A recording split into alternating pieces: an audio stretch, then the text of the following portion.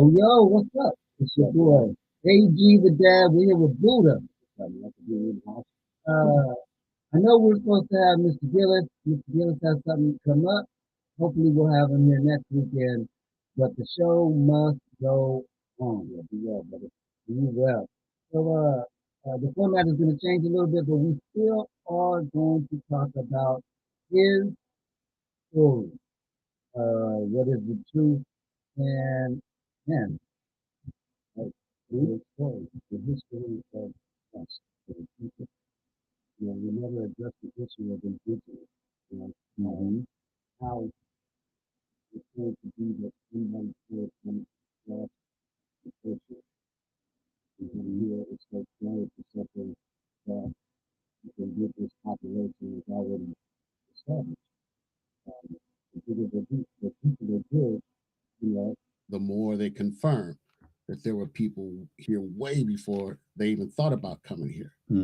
Then the other thing is they brought with them all of their um, pomp and circumstance, all their uh, Magna Cartas and their constitutions and contracts, everything that they understood in their part of the world.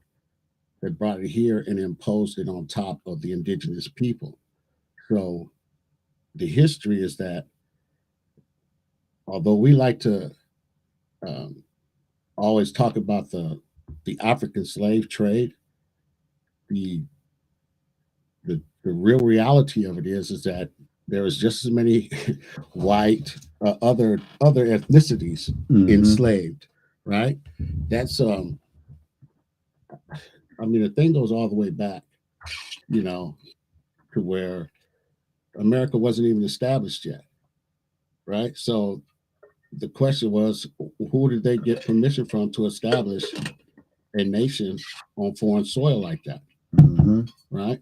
So, because obviously somebody was here before us. Because when we got here, clearly, even if you look at the history books that we have now, um, Christopher Columbus discovered America. no. But when he got here, there were people here. So how did he discover something that people were already on? So let that sink in. Let's think deeper. I'm not a master at all this indigenous peoples and Black Wall Street. I don't know a whole lot about it, and that's why I reached out to Mr. Gillis and Mr. B. Look, I was a student. I am a student about our history, how it came to be so one-sided. I'm a man of faith, and what I do understand is that now I'm looking at you, so look at me. We are divine. By the grace of God, we are sovereign. So, with that in mind, He also made us the trustees of His estate, of the divine estate. And some kind of way, we were separated from our share of the divine estate.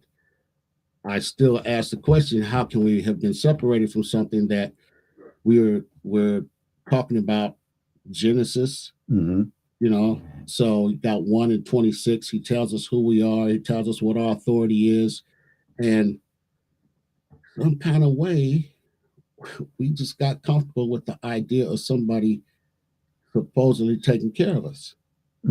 And it was easy for us to fall into that mode because we were already there, being kept by them pretty much, right? So, wait, are you saying enslavement has just been commercialized because slavery hasn't ended? No. We just work and we get paid now. No, look, is that what you're saying? The 13th Amendment is supposed to abolish slavery, but if you read further into the 13th Amendment, it tells you that it's implemented for certain things where they basically can keep you enslaved. It's not written out. It's not abolished. It's in there. See, this is the thing too. You got to understand that there was a de jure constitution for the United States of America, and then there became a corporate constitution for the United States. So they they classified the people as enemies of the state. So they now declared us enemies to their foreign corporation. Now they can actually declare the Trading with the Enemies Act and treat us pretty much any way they want outside of the Constitution because they're in a conflict with the enemies of the several United States, right? Every state is a nation in and of itself. That's why we have constitutions, California State Constitution. Look, I can ramble on, but I want to be precise in what I've been gleaning, you know.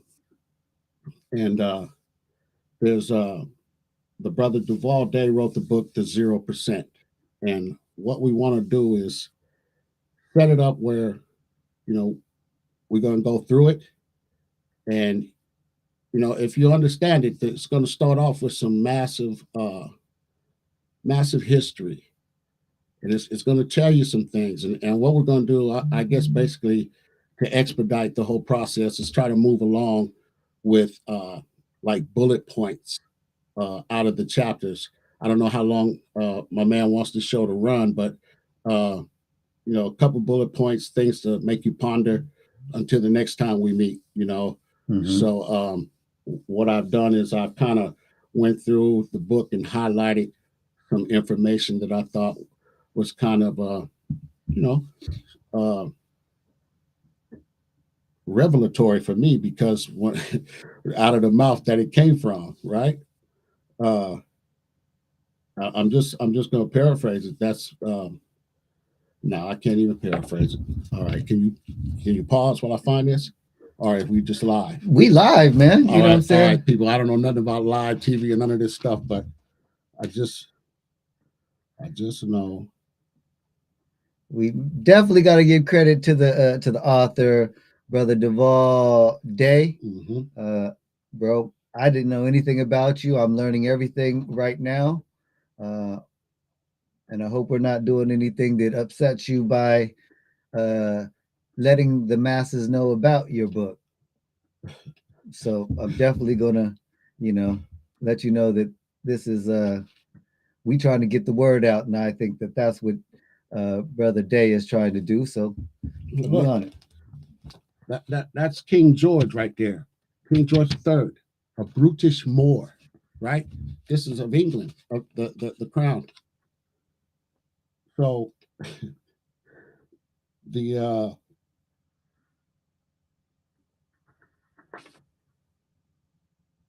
okay.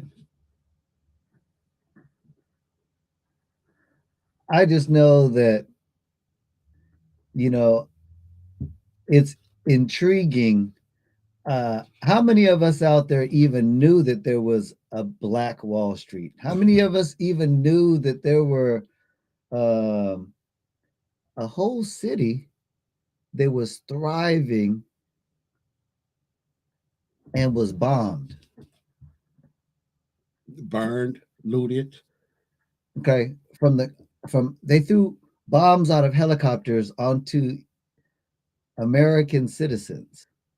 Read up on it, Black Wall Street. That's another one for y'all to look at, you know. But yeah, it's definitely, there's something here that I'm trying to put together. We're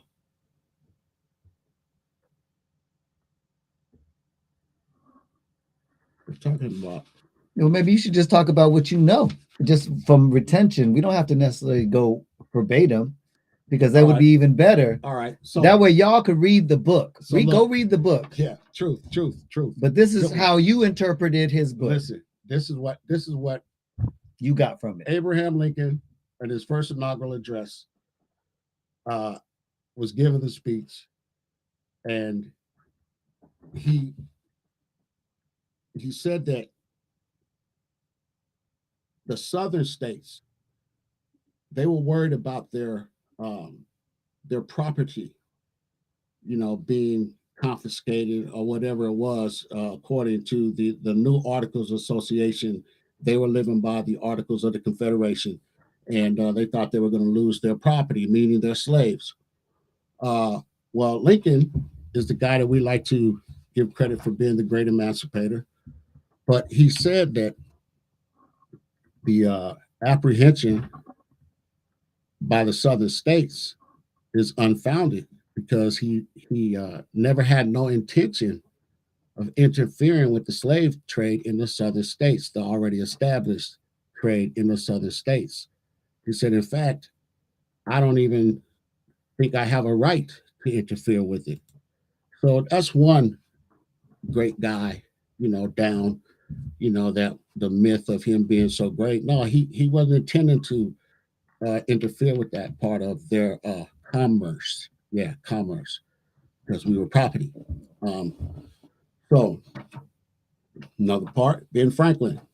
Ben Franklin said that when he got here, there were so many swarthy, Swathy, look it up. It's dark complexion, olive complexion, and tawny in more. I think I might have them reversed, but look them up. Tawny.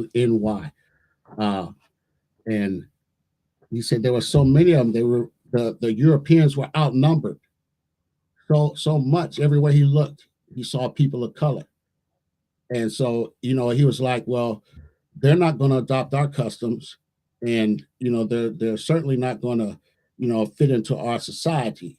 So basically, he was saying they had no real need for us other than the fact that they was buying and selling and trading people, and that was their commodity.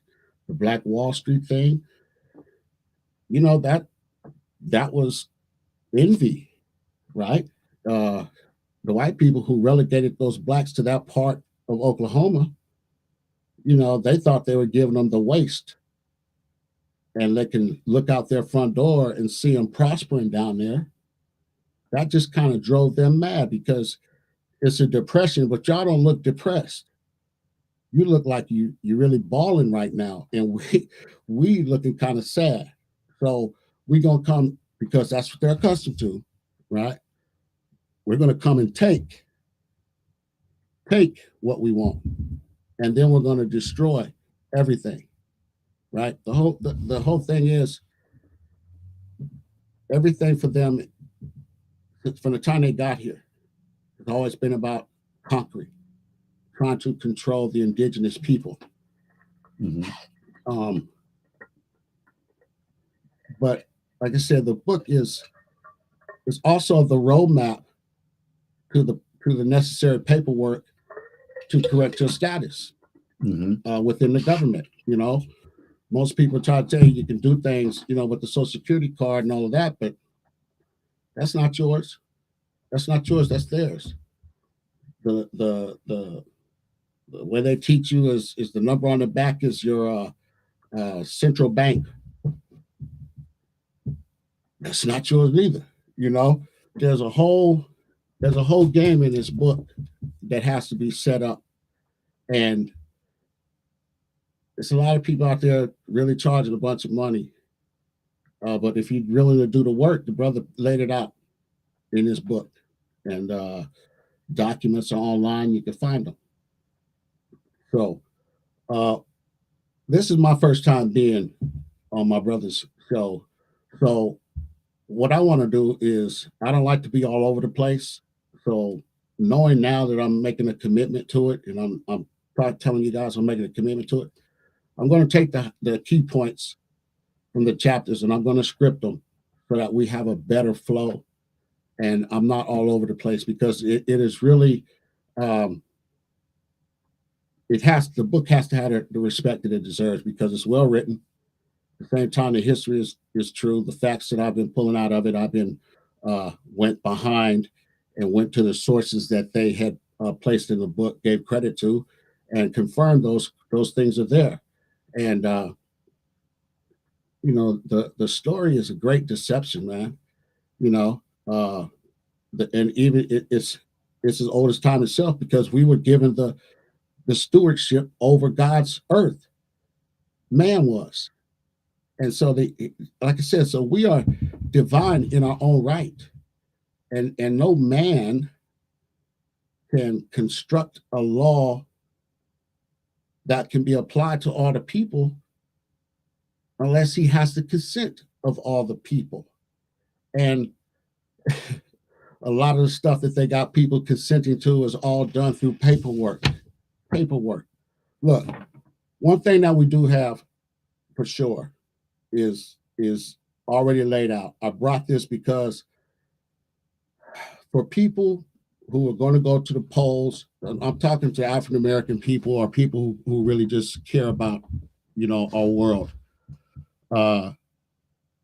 There's things you got to remember. These people make a lot of promises. They make a lot of treaties, but they really, don't. They never keep them. They always violate them. So they did a resolution back in June of 18th, 2009, and they were apologizing for the enslavement and racial segregation of African Americans. Okay, so with that first line, to me, that's an indictment. It's telling us and everybody this is what they did.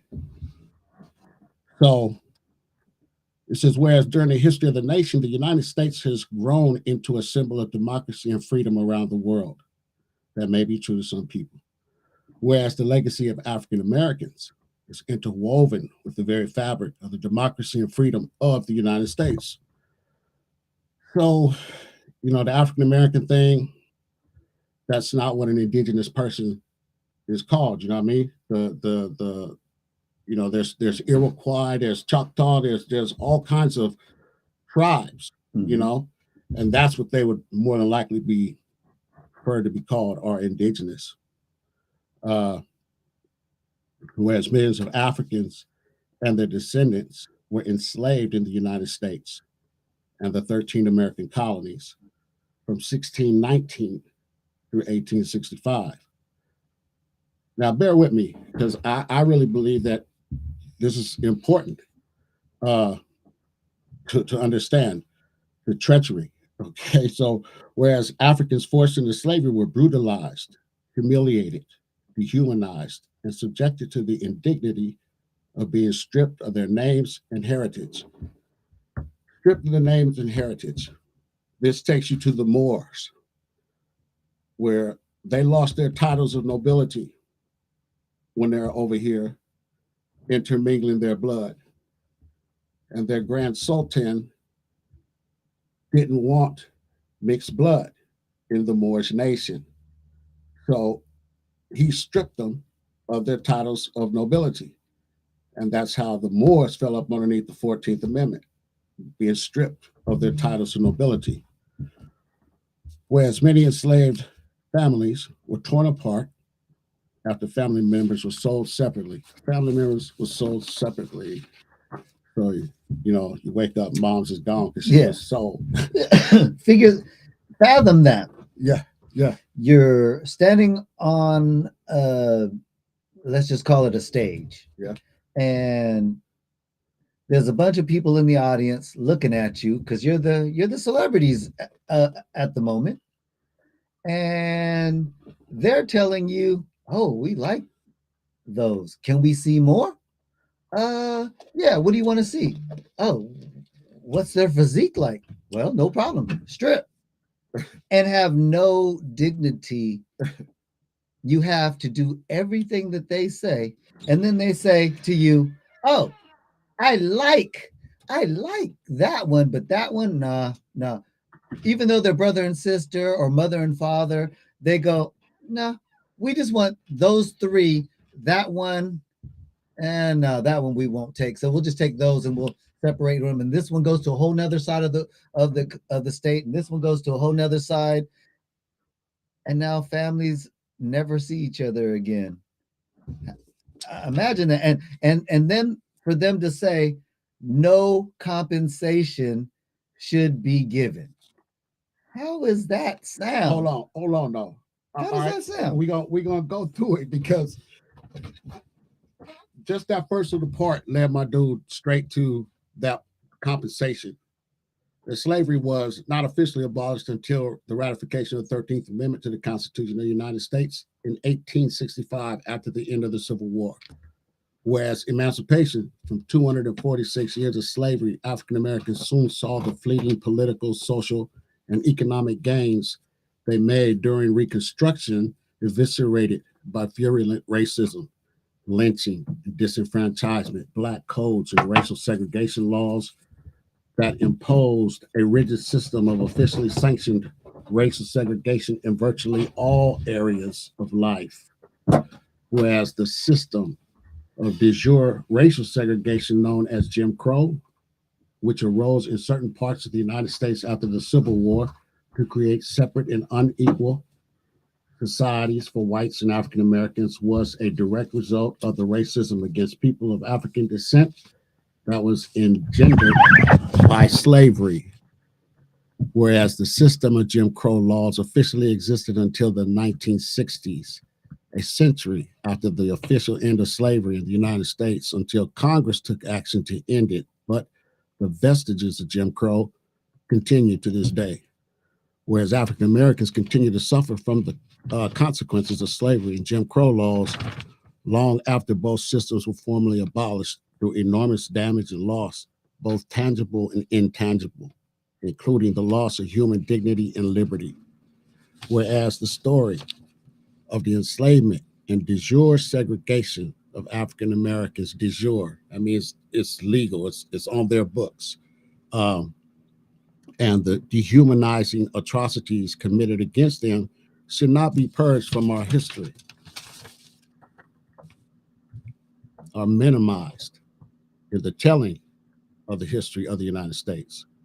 Whereas those African Americans who suffered under slavery and Jim Crow and their descendants exemplify the strength of human character and provide a model of courage, commitment, and perseverance.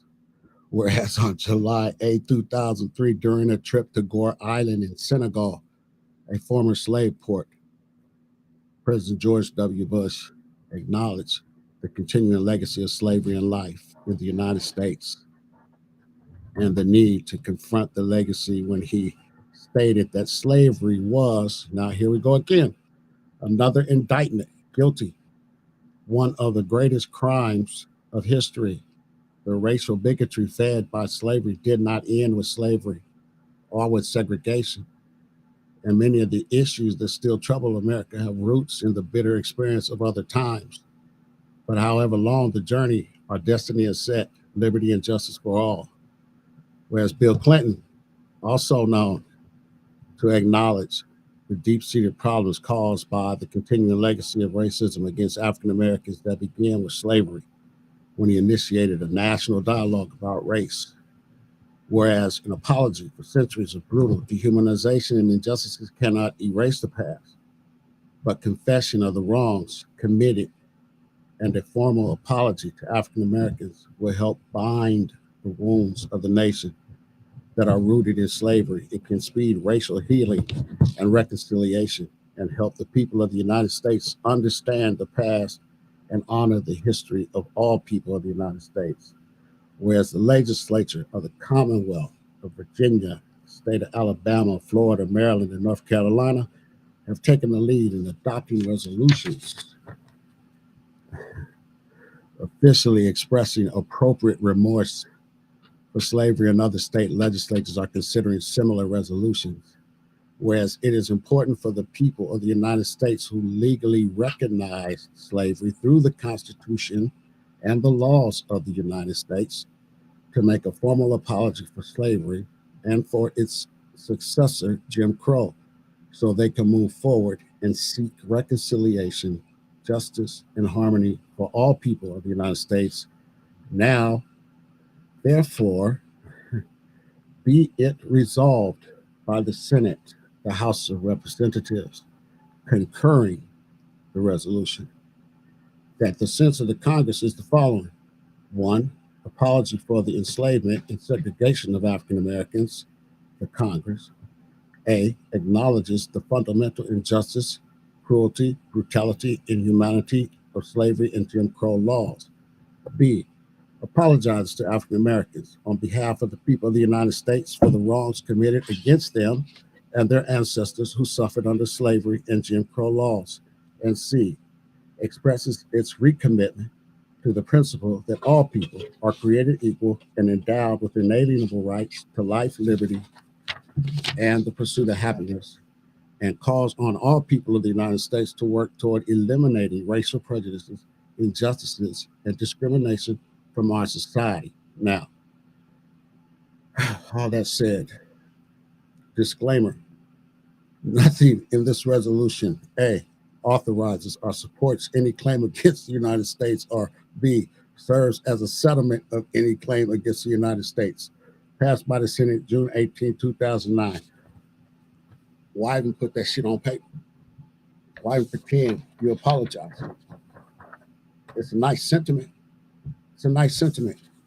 But when they couldn't put 200 Mexican families back together, now I'm half Mexican, so I can say what I want to say. They supposedly gave each of those families, if they couldn't reconnect, $400,000. That's, that's not small change. When you're talking about 200 people, 200 families, I guess, that's we just looking for the fair and undivided divine portions of our estate. That's it, brother. I mean, okay. So if that's what we're looking for, right? Mm-hmm. How do they pay it? What would you think? What would you say would be the way to pay back? I guess we'll call it reparations, because all the slaves that were slaves are no longer here. Okay, but not discounting that we are descendants of slaves somewhere, somehow. If you are a person of color living now, there's a great chance you come from someone that was in slavery. Well, yeah, they had a philosophy that because there was people of color all over, if they couldn't get us out, they would breed us out, mingling the blood, thinning down the blood. So the darker melanin gets lighter and lighter and lighter with each regeneration. So I said all that. This resolution, man, was like, for me, it's like a black man comes up with the idea to make his workload easier. This idea is $1 billion industry once it's fully realized just how it can be utilized in the industry, or in fact creates an industry. But because he's black, Jim Crow, or whatever they want to call it, he couldn't hold the patent. Master had to get the patent. So now here's the intellectual property of this man just being taken, right? Because he can't hold the patent on it. They're not going to honor the patent on it, right? It was a great accomplishment for black men to be able to put a patent on something. It was, but I bet you dollars to donuts it didn't happen in any time in the early part of their servitude. I mean, we already know that what was it, Aunt Jemima, that was taken. KFC, that recipe was taken from a person. So but back to the payment of reparations. So if they gave us cattle, land, open up some ports for us that we control, I mean, is maybe for the next 400 years we pay no taxes. I mean, Native Americans, they've got land, they've got casinos, and their peoples is starting to ball out of control. not all of them. So long because as you got anything to do with the federal government, that's what I'm saying. The treaties don't mean shit, don't mean nothing to them. Excuse me. Because, like I said, if the Indians want to do something, they got to file the paperwork through the federal government. And this is supposed to be my piece of what you came in and stole, right?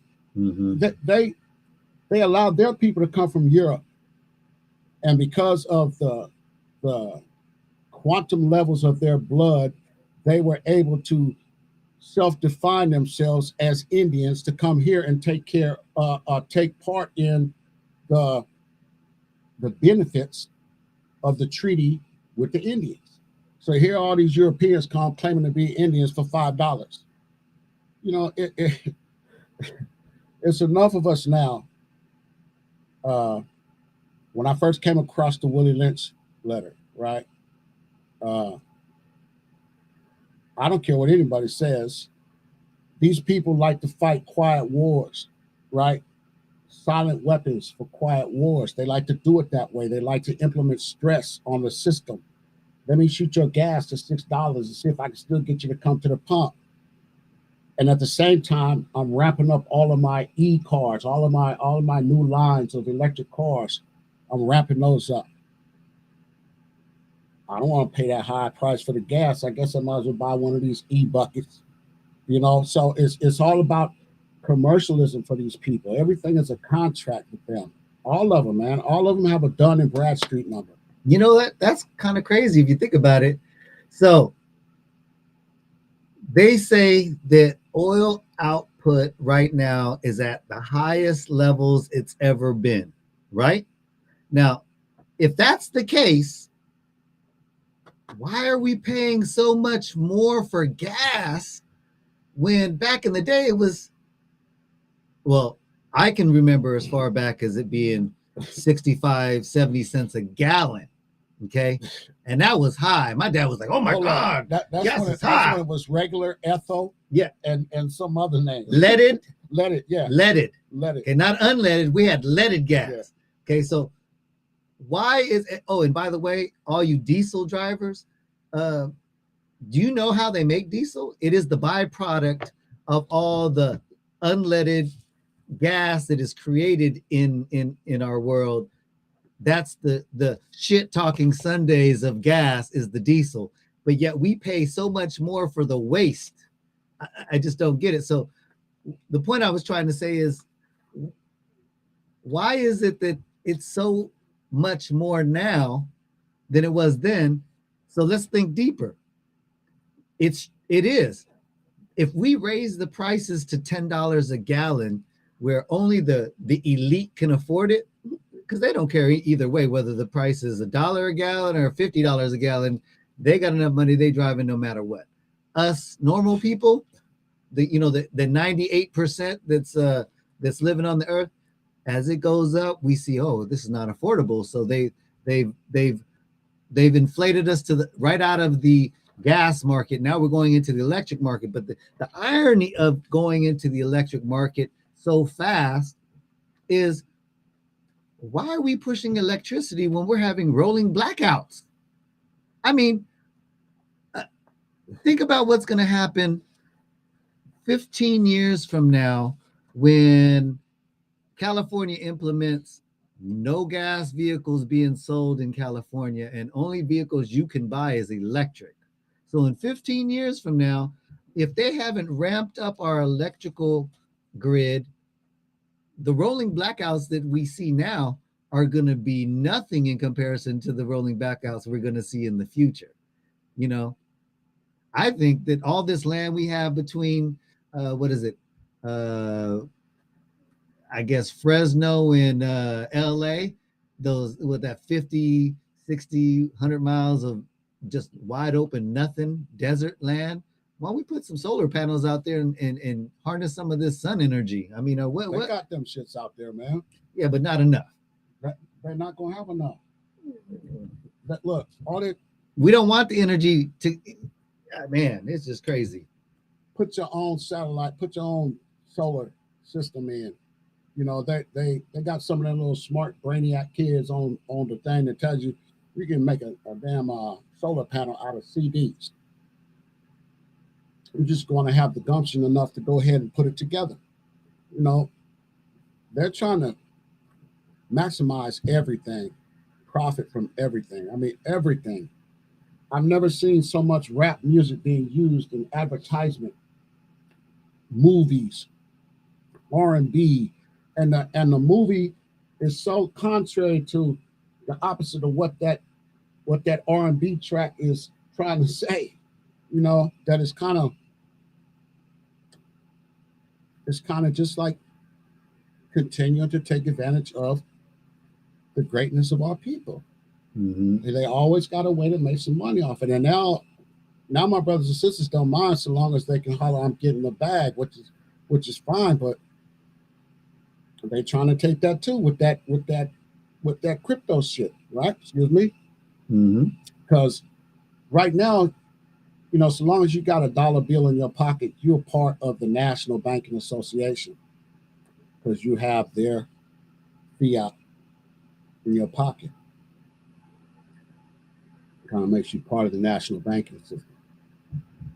If they can get that out your pocket and make it now all your shit is credits, and they can turn you off and turn you on when they want to, or when you violate them. Hmm. Think about that. When your money is all in the digital format and they decide to sanction you because they don't like something you did, But that's all it is now. I It's mean, just digits. yeah, look at what's going on in Russia. I mean, I'm not definitely not pro what Russia's doing because I don't agree with what they're doing. But they sanctioned the oligarchs, shut their banks right off. Imagine that.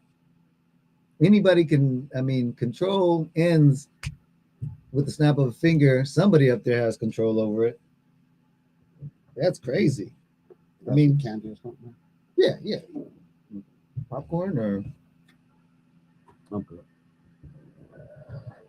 Um, so the truth is, we are. I can one after. Um, we are commodities.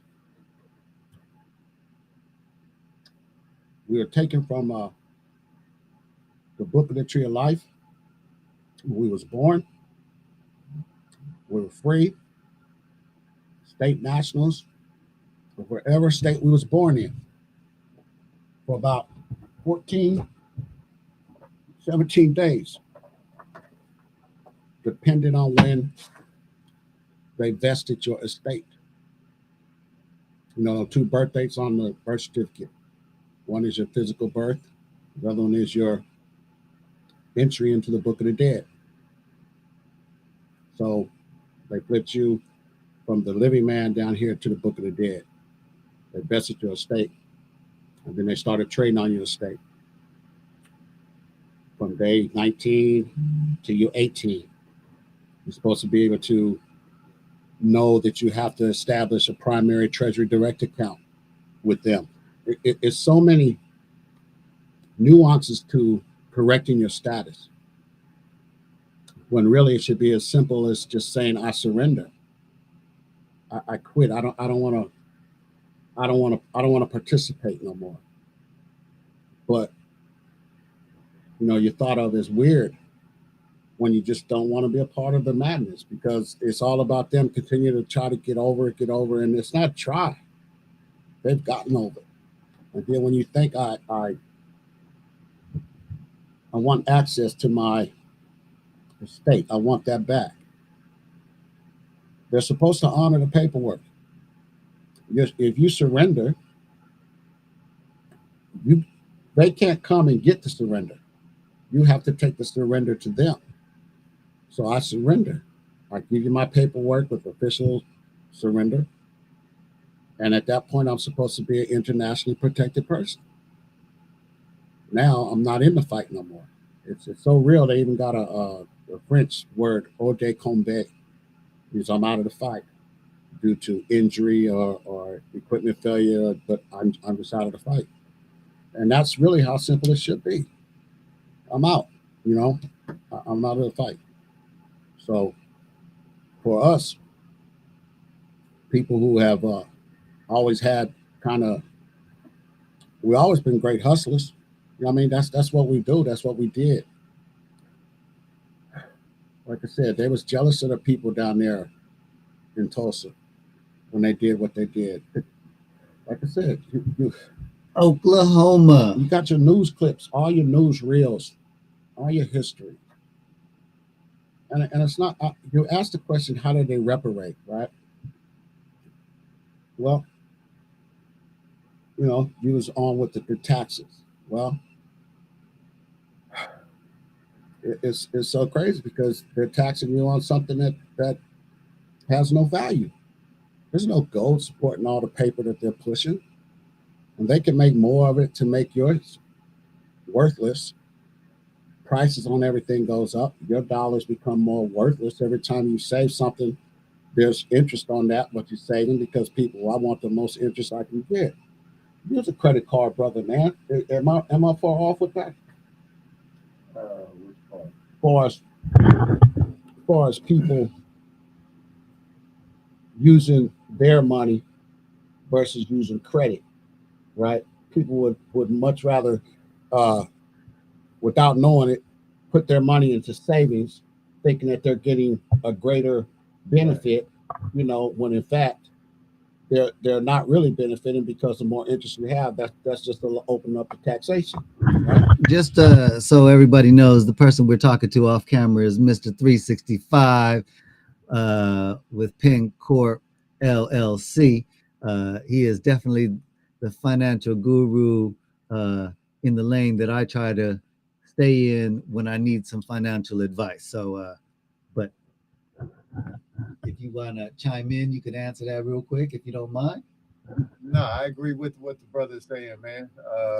Yeah, we've all been taught wrong, and you'll stick your money in a savings account, but to earn what, maybe 1.1 or 1.2, if that, if you're lucky enough to find an institution that may honor that, while on the backside the banks are making 200%.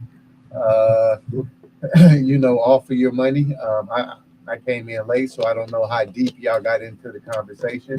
We just started there. Uh, no, I mean just as far, because if we're really talking about the realness, I see that you did touch on the point. You're being taxed on something that's not even real. These are all paper notes. I mean, I don't know if you went back into the years on them, but if they look at 1773, then they can go ahead and see that a lot of the structure and everything is all make believe, and you're being forced to pay and play a game that's not even designed for you to win in the first place. It's just designed for them to continue to get rich. The reason they get rich is because the United States is a actual corporation. Yeah. That's why everything is done in business. It's a real actual corporation. Go look. You can go look up the article. He just told you Title 28.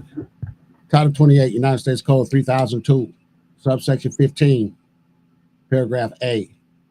Read that. It clearly defines what the United States is. A corporation. The land ceded to it in order to become the seat of government was from Virginia and Maryland. 10 square miles was supposed to be the limit of their jurisdiction. The municipal corporation of the District of Columbia. That's what it's actually uh, incorporated as. So he's right. There's the whole thing is, it goes back to 1774, the Articles of Association. There was no country. They had established the first slave labor camp, or what they called a labor camp, uh, in Georgia. That was one of the first corporations. So, like I said, they had no Articles of Association. So, like you said, pretend all their authority came from nowhere, came from poof, and it came from the fact that the indigenous people relied on God, truly relied on their resources, their land, the mother earth, uh, Amarukapana, Turtle Island, That's what this hemisphere was to the indigenous people. Uh, so to have, like I said, to have people come over here with things they've never seen before, and it wasn't that they came in friendship, because they came with gunpowder and muskets and horses and tainted blankets yeah, with smallpox. with smallpox. Yeah. Like I said, man, it's just no reason to think that these people will ever have your back, because all of their look corporations. Period. My man said it. They're corporations. A corporation have their own bylaws, their own statutes, their own codes, their own rules, their own regulations.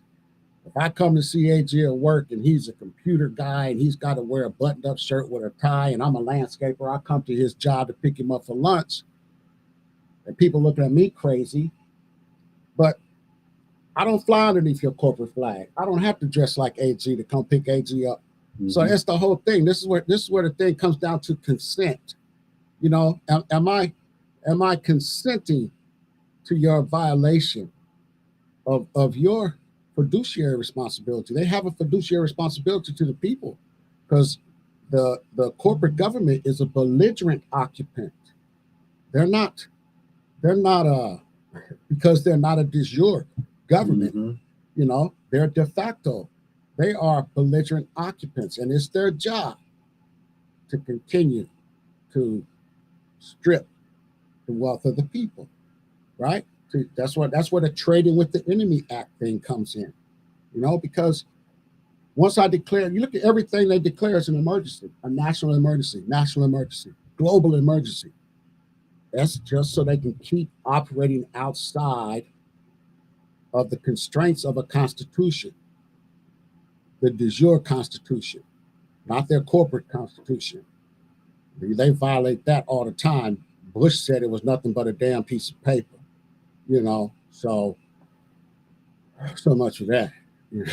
So the thing is, there's a way, they call it redemption, redeeming yourself. Mm-hmm.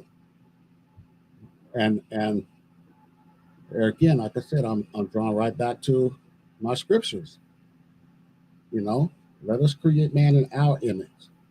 You know, so if that's the case, you know, I don't think no other man should dominate me and my spirit and my inalienable rights and my divine right, you know, to traverse this three-dimensional plane.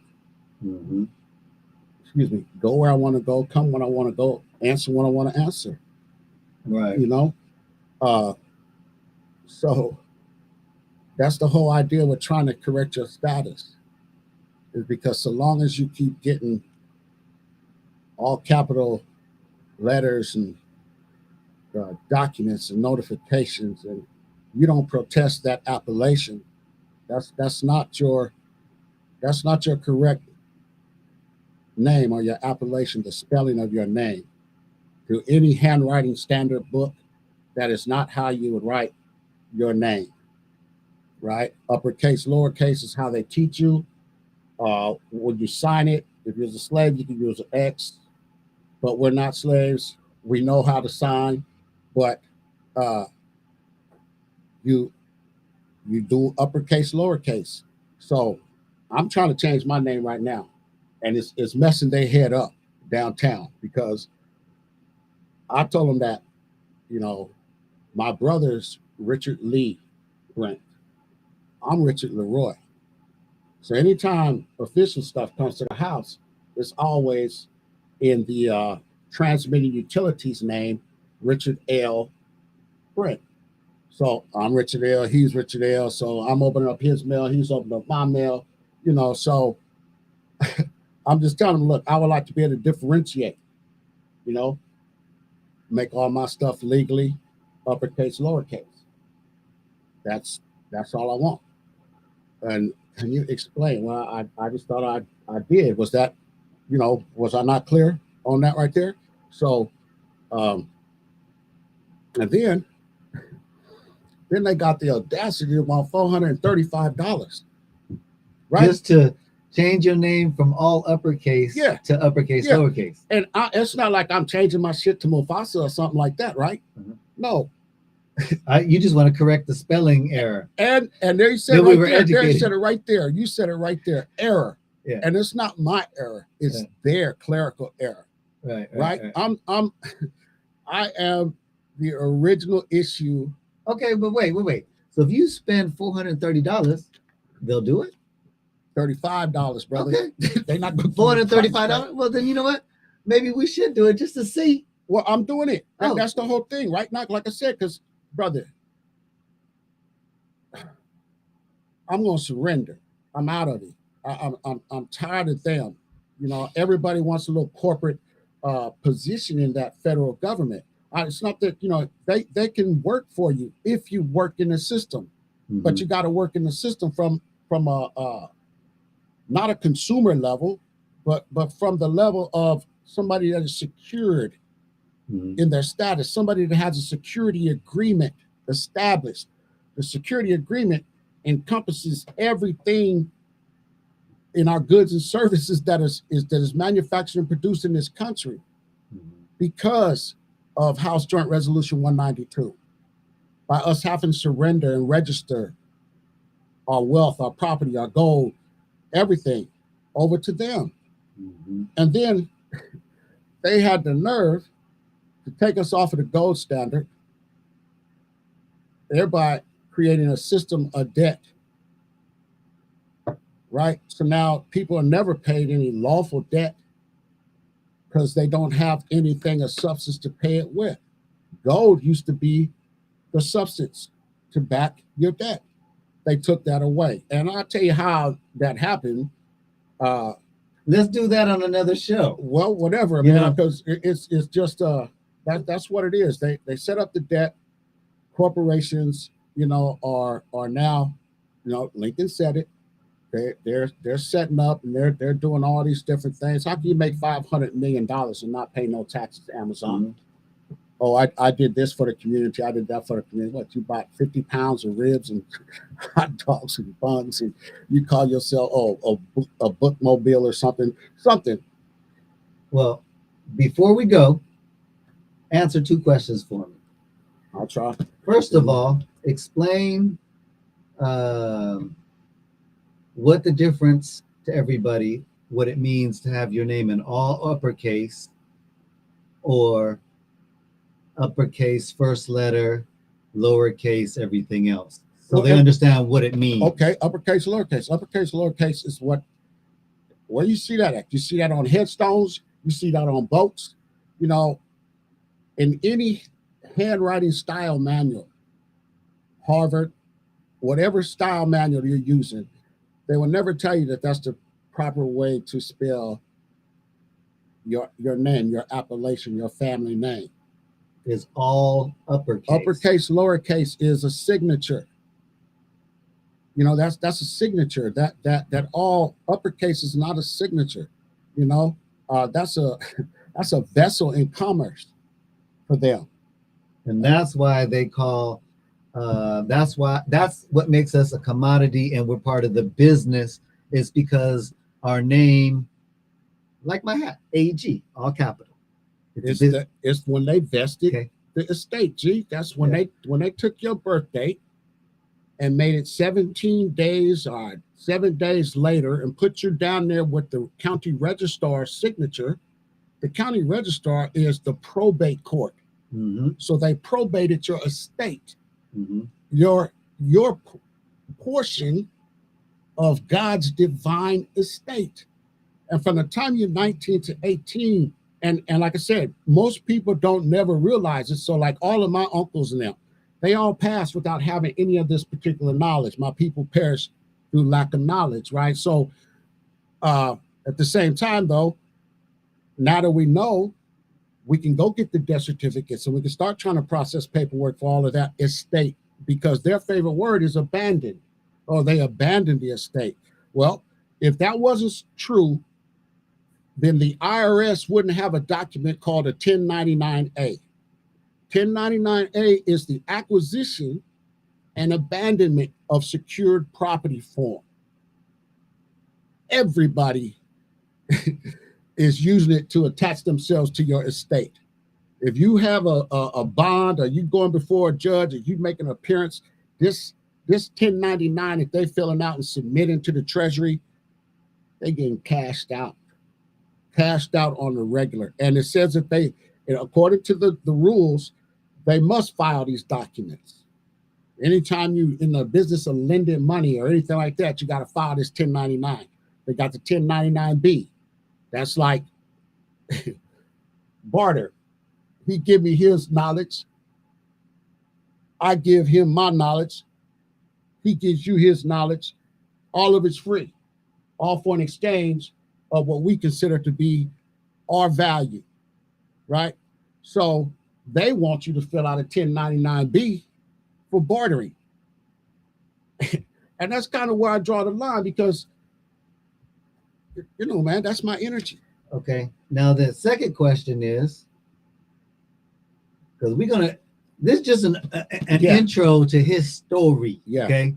So the next time we're gonna actually stick to one particular topic, and we're gonna go across the thing. We're gonna be ready. When you say I surrender, yeah, let them know what you mean by that. Okay. Surrender. I surrender. What does that give you by surrendering? Well, what that does, it's a letter that you drafted, right? And it's going to the commander-in-chief of the Army and the Navy. That's to the president's desk. Now, you're surrendering because this hostile occupation, they have you hemmed up as they're being the occupants, and they're running the show now, right? So now you, being one of the citizens before you were occupied, now you're being listed as an enemy of their corporate body or the state. So now you're saying, I really don't like that status, so I'm going to surrender, and I'm going to take that bill of lading or the birth certificate, and I'm going to endorse it on the back. Social Security card, I'm going to endorse it on the back. Driver's license, I'm going to endorse it on the back. Anything that has anything to do with anything that can create an adhesion contract for them. What you're doing, you is rescinding any powers of attorney, assumed powers of attorney that they think they may have. You're calling all that stuff in. And at the same time, you just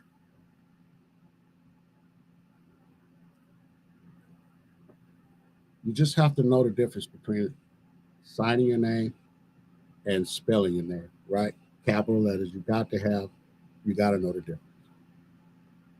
Well, we are out of time. History keeps going on. Let me tell you like this. If you're intrigued, if you're excited, if you want to know more, because trust me, I'm going to find a will and a way to get Mr. 365 on this show to talk about financial freedom. I'm going to get Mr. Gillis on this month to get him to share his indigenous persons, people, point of view and perspective. Mr. B going to be here every Sunday.